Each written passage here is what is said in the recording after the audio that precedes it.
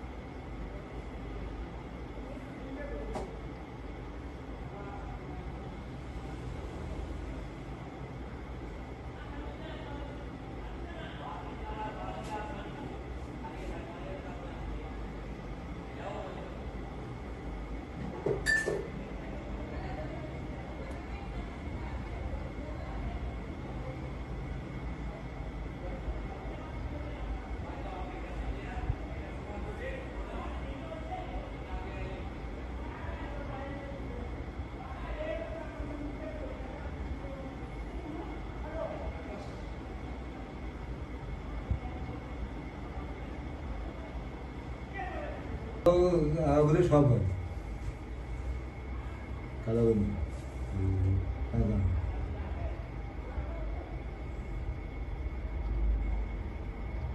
ছোট করেন শাসাইতেছে।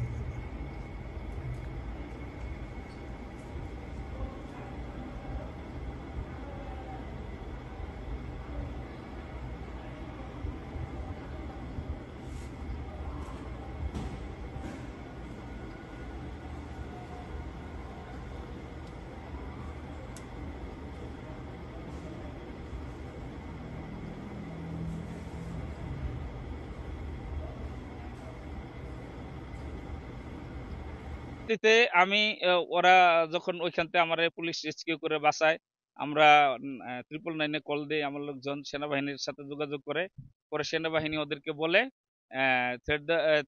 সেনাবাহিনী বলে আমাদের কাছে হ্যান্ড ওভার করতে, পরে বলে আমরা থানায় নিয়ে যাইতেছি। পরে ওরা থানায় আমার আর আনে না, লইয়া খালি ঘুরতে থাকে। পরে আমি সিএনজি থেকে নেমে থানার ঢুকে যাই তাদের কাছে বিস্তারিত বলার পরে থানা আমারে হেল্প করে এবং প্রশাসন আমারে খুবই সহযোগিতা করছে।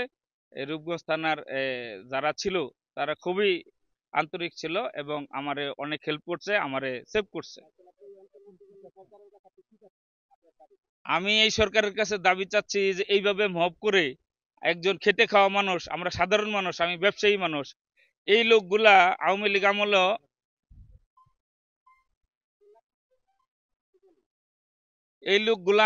লীগ আমলেও আমাদের কাছ থেকে চাঁদা নিচ্ছে, নানান অনুষ্ঠানের কথা বললে, নানান কিছু বলে তারাই এখন বিএনপির খোলস পাল্টে, বিএনপির খোলস পরে তারাই এখন আবার বিএনপির নাম ভাঙে আমাদের চাঁদা নিতেছে এবং চাঁদাবাজি করতেছে।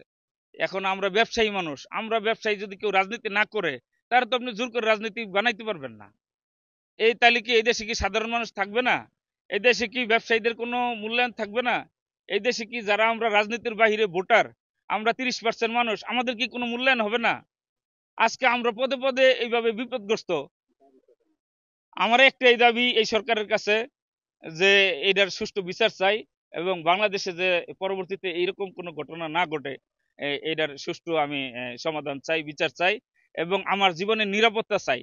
এখন তারা সারা রাত আমারে ফোন দিছে নানান নাম্বার থেকে, আনলক নাম্বার দিয়ে ফোন দিয়া তারা আমারে অত্যাচার এবং হুমকি ভয়ভীতি দেখাচ্ছে। এখন বড় বড় নেতারা, বড় বড় নেতৃস্থানীয় লোক পরিচয় দিয়া তারা আমারে হুমকি দিচ্ছে। কিন্তু আমি বিএনপির হাইকমান্ডের সাথে কথা বলছি, এখানকার যারা নেতৃস্থানীয় তারা বলছে যে না, ওদের আমরা চিনি না, ওরা আমাদের দলের না, ওরা আমাদের নাম ভাঙাইয়া এই চাঁদাবাজি করতেছে। এখন আমি ন্যায্য বিচার চাচ্ছি আর আমার নিরাপত্তা চাচ্ছি খবর পেয়ে, এবং আর তার আত্মীয় স্বজন সবাই মিলে আমরা মানববন্ধন করি, মিছিল করি। তখন প্রশাসন আমাদেরকে অনেক হেল্প করে, থানা থেকে ওসিডিসি তারা যে এই মামলাটা আবার মার্ডার মামলা হয়। কিন্তু ওই মামলাটা দীর্ঘদিন চলমান, তারা অনেকবার চেষ্টা করছে আমাদের সাথে আপোষ করতে।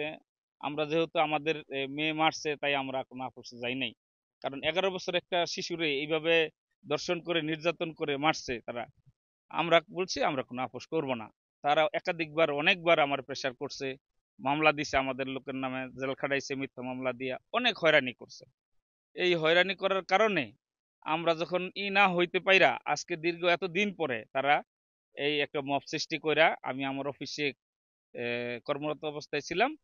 তারা আমারে এই অফিস থেকে ধরে মারামারি কইরা আমারে প্রচন্ড মারধর করে এবং অফিস ভাঙচুর করে লুটপাট করে সিঁড়ি দিয়ে আমারে টানে হেঁচড়ে নামায় এবং লাথি দিয়ে আমারে সিঁড়িতে ফালাই দেয়। আমি গড়াইতে গড়াইতে সিঁড়িতে পড়ি, আপনারা সিসিটিভির ফুটেজে দেখতে পাবেন। এখানে পরবর্তীতে তারা নিচে আইনা আমার ওইখানেও কিছু মারধর করে কইরা একটা অটোতে উঠাইয়া একটা পূর্বাচলে একটা বাংলো বাড়িতে নিয়ে যায়। 13 নম্বর সেক্টরে একটা বাংলোতে নিয়ে ওইখানে তারা আমারে চেয়ারে বসাইয়া তারপরে দুই দিক দিয়ে ইচ্ছা মতন মারে এবং তারা বলে মামলা উঠায় নিতে আর 70 লাখ টাকা চাঁদা দাবি করে। আমি দিতে অস্বীকৃতি করার পরে তারা বলতেছে যে তাহলে এখনই খতম করে দেবো। তাদের পরিচয় এখানে রাসেল ছিল, রনি ছিল, সাব্বির ছিল, সাব্বিরের আরেক ভাই ছিল, ওর আরেকটা বন্ধু রনি ছিল। এইখানে প্রায় 15-20 জন তারা ছিল। আমি সকলকে চিনি না। তারা হইলো ওই যে ওই মামলার আসামি, আগের মামলার যারা আসামি ওইটার ভিতরে তারা ছিল আর কি। আমরা জানতে পারি গতকাল দুপুর 2টার দিকে রাশেদুল ইসলাম নামে এক ব্যক্তিকে তার অফিস থেকে অপহরণ করা হয়। তো এই সংবাদের ভিত্তিতে আমরা অভিযান পরিচালনা করি। অভিযান পরিচালনা করে আমরা ভিকটিম রাশেদুল ইসলামকে উদ্ধার করি এবং উক্ত ঘটনা সংক্রান্তে আমরা 6 জন আসামি, মোট 6 জন আসামিকে গ্রেপ্তার করি। জানা যায়, তদন্তকালে জানা যায় 2018 সালে 11 বছর বয়সী সুবর্ণা নামে একটি মেয়ে ধর্ষণ সহ হত্যাকাণ্ডের শিকার হয়। সেই ঘটনার মোট 4 জন আসামি ছিল। 4 জন আসামির মধ্যে 3 জন আসামি, 3 জন আসামির মধ্যে আসামি রাসেল এর নেতৃত্বে এই অপহরণ কাণ্ডের ঘটনাটি ঘটায় এবং তারা একটি বাংলো বাড়িতে এই ভিকটিম রাশেদুল ইসলামকে আটক রাখে। তারা মুক্তিপণ দাবি করে এবং কিছু টাকা মুক্তিপণ আদায় হিসেবে গ্রহণ করে। তো এই ঘটনায় একটি অপহরণ, মুক্তিপণ দাবি, মুক্তিপণ আদায় এরকম একটি মামলা থানায় রুজু হয়েছে। আসামিদেরকে রিমান্ডের আবেদন সহ বিজ্ঞ আদালতে প্রেরণ